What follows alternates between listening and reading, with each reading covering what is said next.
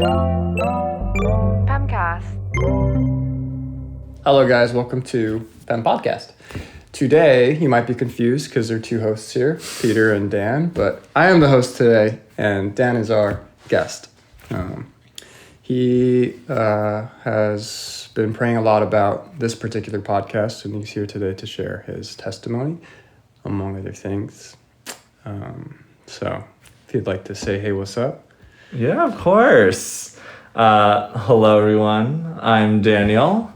If you do not know me, I am a young adult at PEM. I've been coming here since my good old Emmaus days. I'm a house church host. I teach at PYC. Shout out to the 11th grade boys. And today I'm here to talk about my testimony. And in particular, I'm here to talk about the fact that I am gay. So this is like kind of like my coming out podcast, so to speak. It feels really cheesy to say it like that, Right. Because I mean, some people know, Sure. already, but I'm sure some people have guessed. But regardless, this is me coming out and saying it officially. Yeah. Yeah, you guys are definitely in for quite the ride, and I just want to preface that this particular podcast has been prayed over a lot, and the hand of the Lord is upon our brother. So, without further ado, I would love to ask you, what's your story, man? Yeah, we started from the beginning, eh? Sure. Well, since we're going to be focusing a bit on queer identity, the main thing is to start, I guess, in high school. I think I knew in my heart, obviously before high school, but it wasn't until I turned 15. Literally, there was a day I was in my bathroom staring at my mirror, and I was like, oh my gosh, I'm gay. I think this was a long time coming, but certainly not an easy thing for me to accept. But it was in that moment where I said, oh, this is me. But the thing is, also in high school, it was weird because I was Christian.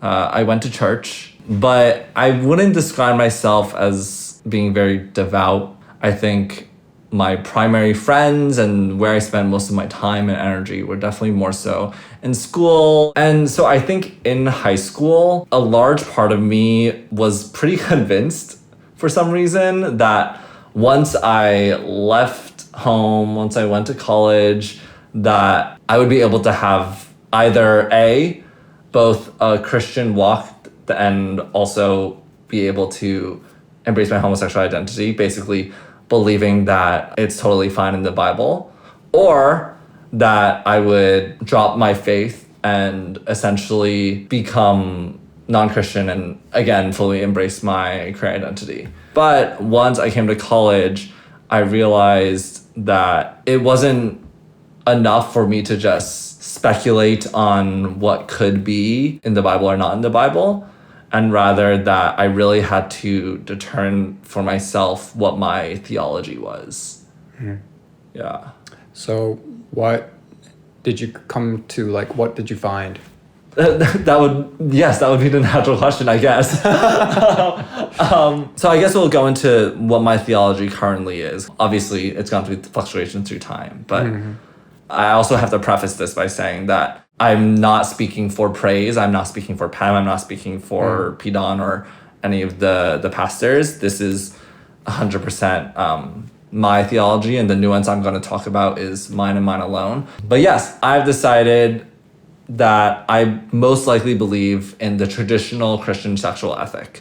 And basically what that means for me is that as a gay person, I will most likely be celibate.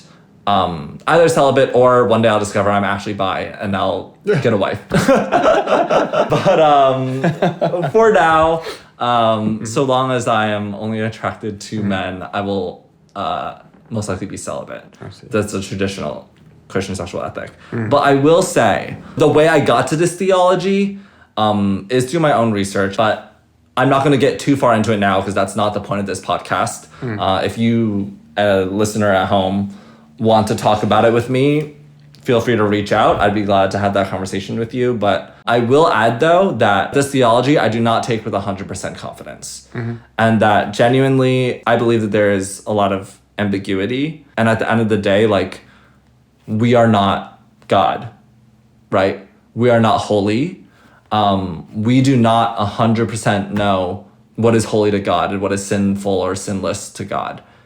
And so if another person comes to a different theological conclusion than I, and they believe that that is their conviction by the Holy Spirit, I'm not going to be the one to shame them or tell them they're not a Christian or anything like that.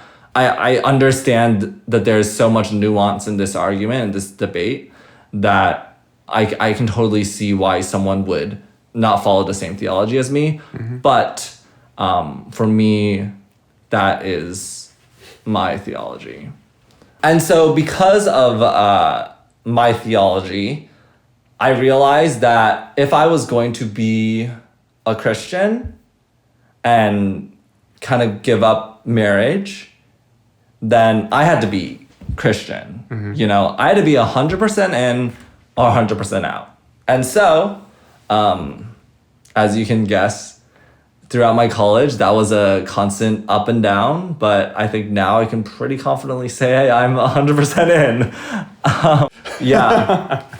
Another large part of my testimony throughout college was coming out. I hadn't really intentionally had that conversation with someone until college. And honestly, that first conversation, shout out to the person. I'm pretty sure you're listening. You know who you are. Thank you so much. I love you so much. I made them sit in a room with me in silence for, I kid you not, 30 to 40 minutes. Just complete silence as I try to find the words, find the courage, and nothing to do with that person, but simply the fact that it took me so long actually discouraged me a lot. It made me feel like, what is wrong? Why am I so fearful? Why am I so ashamed? And I really asked God a lot for courage and to get rid of this feeling of shame and fear. And I remember being so impatient because every time I had come out to someone, it was a very similar thing of waiting super long, saying the words in my head over and over and over again, going increasingly physically anxious and but it was at this one retreat I went to. It's intervarsity retreat called Basilea. It's a week-long retreat after spring semester. Kind of the theme for me throughout that retreat was this feeling of being broken but being held. And I really felt like even despite all my fears and everything, God was holding me together, and that even if I was messed up and couldn't do it now, that in time there would be a moment where I would become more comfortable with it, and I just had to wait and to grow. And I'm here now, aren't I? So it didn't take me 30 minutes to say it this time. Right off the bat. Yeah. And some people that I've come out to more recently can also testify to that. I'm a lot more comfortable with it now. And now that I'm doing it to church, I'm going to be even more comfortable. And I think that is really a testament to God. But I will say one thing that was really gave me the fear and hesitance at the beginning was actually my parents. Love them. They raised me. My parents are the best. But they also are conservative Chinese Christians.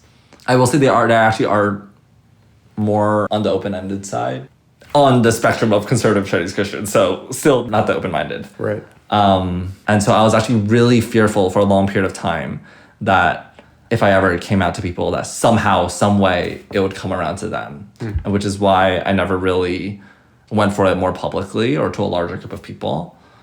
But then one day, it was because I wanted to come out to my house church. It's because I started hosting house church and I wanted to be able to be vulnerable and open with them as like an example. And so I decided, hey, if this is stopping me from being a good host, if this is stopping me from doing the work of God, then I just need to get it over with. And literally like a couple days later, after I told that to myself, I came out to my parents. Wow. And I'm not going to say it was not an easy conversation for sure. And we're still navigating that in our relationship even to this day. It was about a year ago now. Right. But, regardless of all of that, I think that was the moment where I really saw like, wow, God had finally answered my prayers from like 5 years of praying for this to happen. And it just happened. And God really grew me through it as well. And gave me the confidence to be on this podcast and tell that story. Yeah. Wow, dude. I mean, I've known you now for a fair amount of time, and there's so much to be gained from sharing this with the church, I think, for everyone involved, listener and you. Yeah, I remember when we were talking about doing this podcast, it really showed me what it looks like to love the Lord and a part of, the queer community in that way. And like what costs it comes to for you, and I'm sure there are just so many struggles and trials that persist despite all the victories and, things you've overcome through the Lord. And I think it really helped to just know those a little bit, to understand your perspective, Yeah. The walk is not easy. I'm not going to say I've lived a hard life. Honestly, I think I've lived a pretty, relatively speaking, easy, good life. But I think that there are a lot of mental struggles that come with being gay in a religion that seems to condemn gays. That's like kind of the thought pattern. The feeling, the lived experience. Yeah. Right. I'll talk about these struggles, but not to say that like these struggles are the worst thing in the world, but to really give context to show that like for a lot of straight people, queer identity, homosexuality, they're like a non-issue. And frankly, in the large scheme of Christianity, of this religion that we live and that we believe in, it is a small issue, right? It's a sin. And there's so many sins. And at the end of the day, like what matters most is Jesus, right? However, just because it is small in Christianity does not mean it is small in the lives of the people who walk it. Right. I can probably confidently say that for any queer person, especially a queer person in the faith, it is a large part of our walks. It certainly was a large part of mine. And so now going into some of the struggles, one of the primary struggles that honestly I still struggle through to this day is this thought that I'm not loved by God. This thought that I was created to sin, like for the purpose of sinning, that I was created in a way like wrong, that I was a mistake of some kind, or that like God doesn't care about me, my love.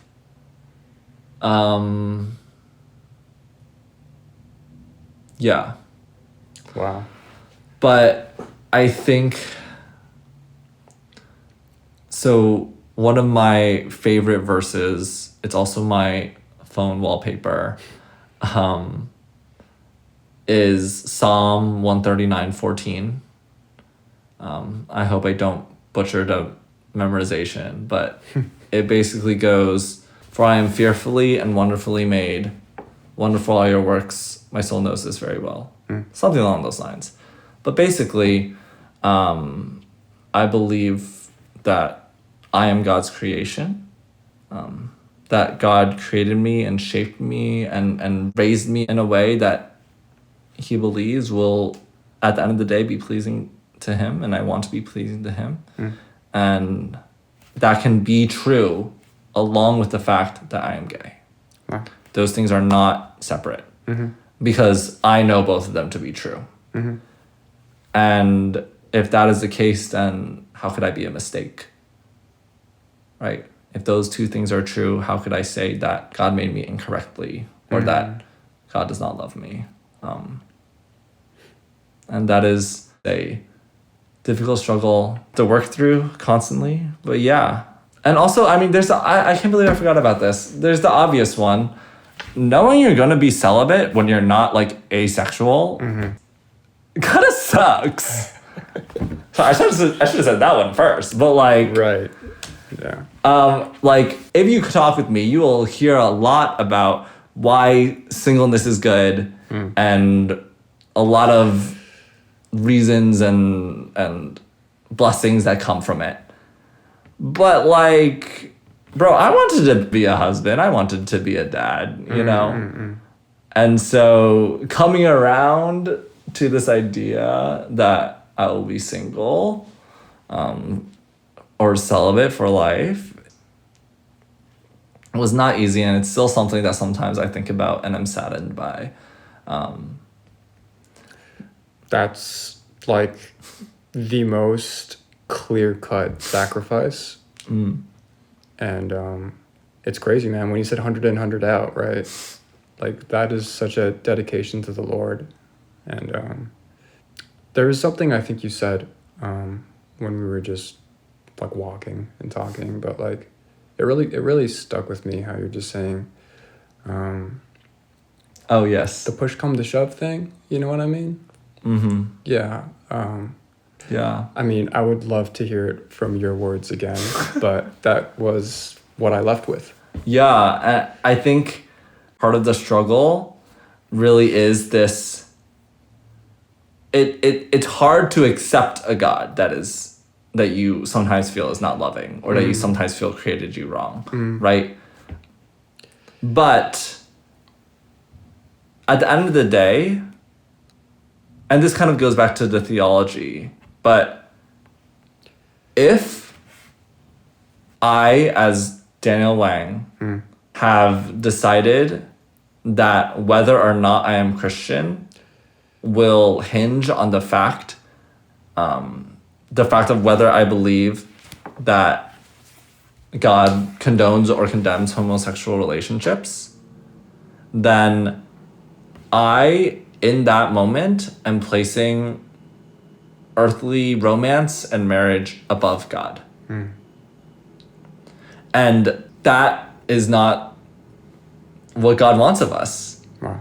And so, at the end of the day, putting all this aside, if I believe that God is good and that Jesus died on the cross to save us, and that is true, then it doesn't matter the theology, right? It doesn't matter whether it's condoned or condemned. Because I have faith that God is loving, regardless, and that God loves me. And so I will choose to love God either way. And if there are other people who have crossed that boundary and then say God condones it rather than the traditional sexual ethic, you know, so be it.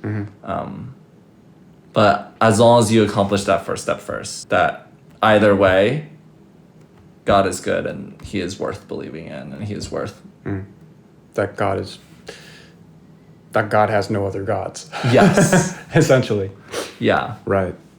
And, you know, that wasn't really a lens or a thing that was in my thought process when thinking about this topic or the life that comes with it. But, man, when you laid that out for me, I was like, wow. This is that thought was like a within the last year thought. Right. I'm still growing and developing these thoughts to this day. Sure. But yeah. No, man, I was very encouraged, and I think it really gave me a peek into your heart and the joy that the Lord must take from that heart that you have for him. You know, it's really cool. Yeah. So, I mean, we're kind of seeming to edge on this topic as we go, but like, I believe you said that there are certain things that are good about it too. Yeah, I mean, yeah. As with most things in life, there's two sides to every coin. I would say there are definitely some blessings that come out of it. One blessing being that I think I have a really unique understanding of God's love, and I think I have a really unique understanding of sacrifice and God's character. I think that there are people who can go through life sacrificing nothing for the Lord and still appearing very Christian. And walking the Christian walk should require some kind of sacrifice. And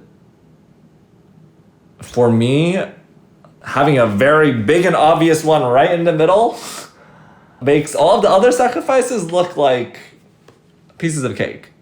I mean, don't get me wrong, it's not like I donate 100% of my money or spend all my time on Christian things. Sure. And there are certainly things that I still hold on to and don't sacrifice. But I think that having this large sacrifice has helped me kind of grasp that and understand that a lot quicker than some other people. I feel like the image I get is like a poker table. Yeah. The perceived buy-in for a lot of Christians is like, oh, I'll come on Sunday, I won't. Yeah. They're just checking. They're playing the blind. But for years, it seems like your buy-in from the jump is just so large that like if someone checks you on that and is like, let me add like another chip, you're like, okay. Kind of like. Yeah. This is the imagery I was kind of. I kind of like that. You know? Yeah. You gotta go on. Yeah. From the jump. Yeah. I'm already sunk costs. the cost is sunk. The cost is sunk. In a good way. In a good way. Right. Yeah. You're living in it, man, every day. Yeah. Well, Yeah. I think another good thing, I think like I know that this is my path. Wow. I don't have to worry about whether or not I'm actually called to celibacy. Right? But for me, like, that's also kind of a good thing. And because of that, I see my life and I can plan my life. Well, plan, of course. It's all up to God, but I can make preparations and kind of have my attitudes towards a life of singleness. Right. I know that if I'm not gonna have a family, like I can probably invest a lot more into church or in other things. If I can afford to like spend a lot more time on ministries and invest in ministries because I know that it's not going to be taken up by a significant other anytime soon. This is true. This is very true. Yeah. So there are, and you know, Paul said that he wished we all could be single. He did do that. He did say that. So you know, I'm just saying it's not all bad. Yeah, man. Honestly, like you're saying though, right? I'm a married man. I'm expecting a child soon. I have a dog. I'm paying down a mortgage here. Like, you know what I mean? When I even just go out to Emmaus, I'm like, shoot, like, is my dog okay? Like, is my pregnant wife okay? Like, you know, like, and then I'm thinking about who I used to be and how if I wanted to go serve somewhere or like buy something recklessly, I'm like, okay, I'll suffer for a month or two and then bounce back on my feet. But I'm like, shoot, like, it's not just affecting me now. And I can totally understand what Paul meant by the ministry potential of single people. Like, it's huge, you know? And, I mean, don't get me wrong. I'm blessed. And this is the stage I'm in now. But, you know, it's almost also more to the point. When I sit here and I talk with you, I just know that the Lord is beaming upon just the conclusions you've reached, you know? And I think because of the climate in the world we live in today, right? There is just so much complication around seeing the simplicity of that choice and so many other side conversations that interrupt the beauty of that walk, you know? And I'm just so honored and happy to be able to sit here with my brother and be in a place now where I can walk with you and to some degree understand that beauty, you know? I really do hope as we move forward and kind of reach towards more conclusions and all, that this is opening not only a conversation, but a perspective and a reality that is not unique to you, so to speak, that there are so many more out there, and that this is a topic that is in need of the Spirit. Yeah. I think that was one of the main reasons I really wanted to come out and do this. At the end of the day, I could have just lived my life as like a single person, just, leave aside all the potential judgment or difficult conversations. But, I think that I want my identity as a member of the LGBTQ community, as a gay person, to really be a part of my ministry. There are so many queer people around us, some that are open about it, some that are not, some that are Christian, most that are not.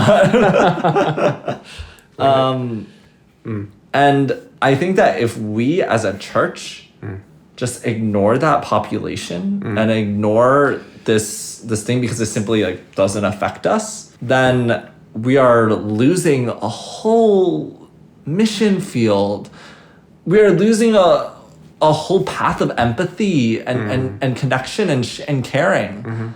I don't want to be like a spokesperson per se, because at the end of the day, I am one queer person with one queer identity living one queer life. And so I also haven't even lived like a fully out life yet. So my perspective might change after this podcast. Sure. But I want to be an example, a demonstration that the life I live is possible, that there is someone in your circles, in your communities that may be suffering through these kind of things.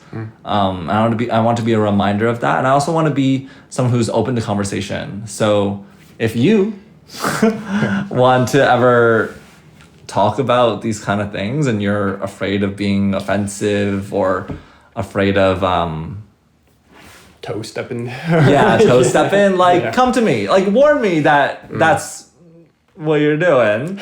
But like I'm all for it. I grew up in the church. I know a lot of the church rhetoric surrounding gay people or queer people. I'm familiar with a lot of it, and so I can take it. I want to have those conversations. I want to open people's minds. So yeah, be sure to reach out to me. I wanted it to be a part of my ministry.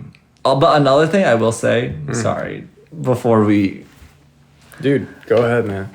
I think the reason I wanted to come out was not all altruistic. Sure.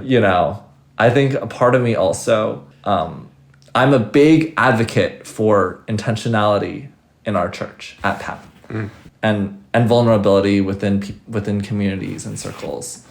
But I feel like I have had for such a long time a huge blockage in my life that I cannot cross, that I cannot share about.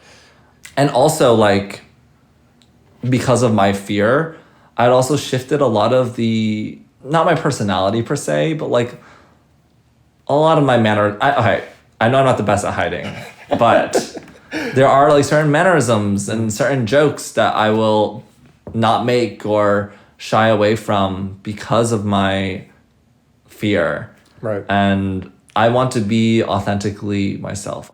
As I joined this church, as I really embrace being part of this community, I don't want this community to embrace a fake version of me.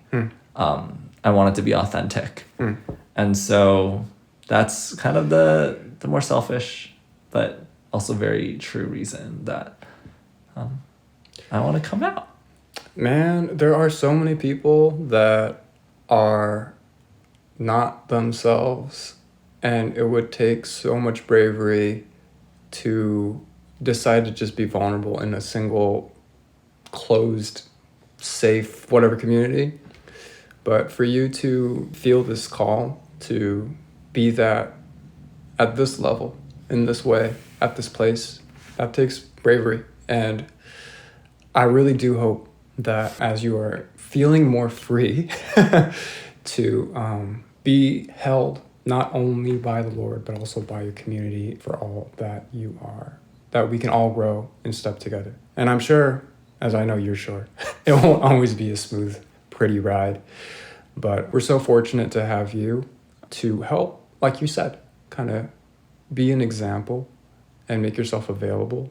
Because in a lot of ways, you don't owe anybody anything. You don't owe anybody any of these conversations or these explanations or whatever. But I know that you see the kingdom work that is needed in that. And God bless you, man. Thank you. Yeah. Mm. Yeah. There are a couple things I just want to throw in here at the end. Okay. Sure. But I was just kind of reminded by what you said. No one owes you anything, right? So if you do know another queer person in your life, or you suspect another queer person is in your life, they don't owe you anything. I'm opening myself up to these conversations, but that doesn't mean that all queer people will be open to it. And so I just want to give that warning, especially those who are potentially still in the closet. I know I shied away a lot from these conversations when I was living in that way. And this is, I guess, my call to action. Don't make assumptions, but also be open-minded. And yeah. Guys, for those who are maybe in a few years ago Dan's shoes or something, just from hearing him, I'm sure there are some things in there where you might be so confused or alone or I don't even know. I can't speak into that. But guys, Dan is here also, and I know that that's part of what he meant by this ministry, right? Yeah, and for maybe this, what is the term here? Straight community? Like whatever. I really do hope this podcast was a good little peek into behind the curtain of that which sometimes, for worse or for worse, the best most of us could do is assume at times, And so, really, thank you so much again. And yeah, man, I love you. And guys, you'll see him around, right? Yeah. Talk to me at church. Just kidding. Yeah. All right. Thank you all. Bye-bye. Thank you for listening. Yeah. Hello. Editing Daniel here.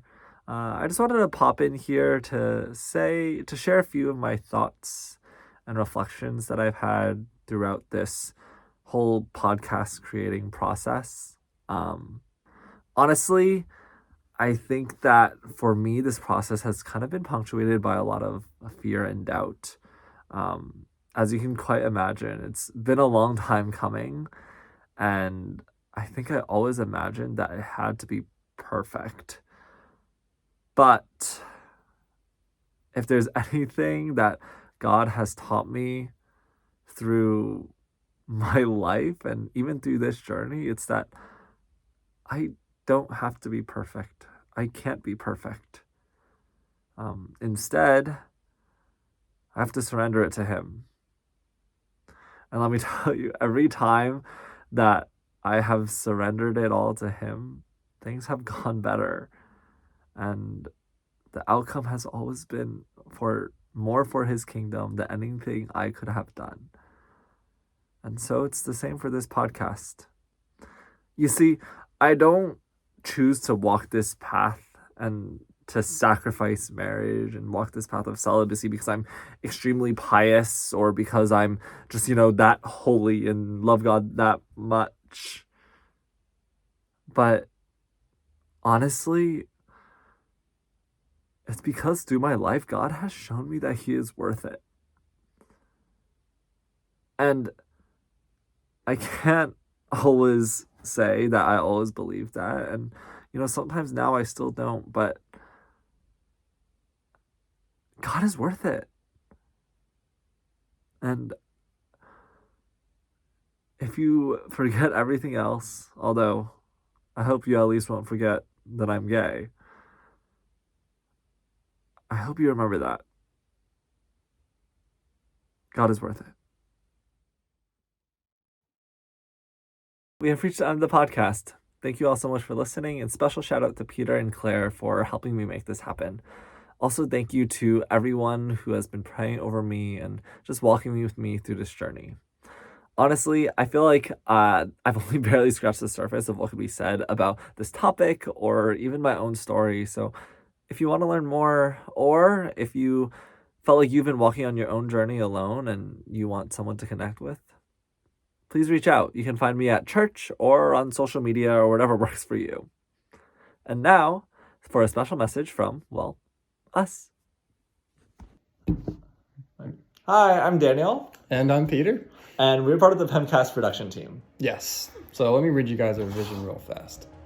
Our vision has always been to give a platform for people to hear stories from across the church and to allow the whole body to celebrate in the movement of God.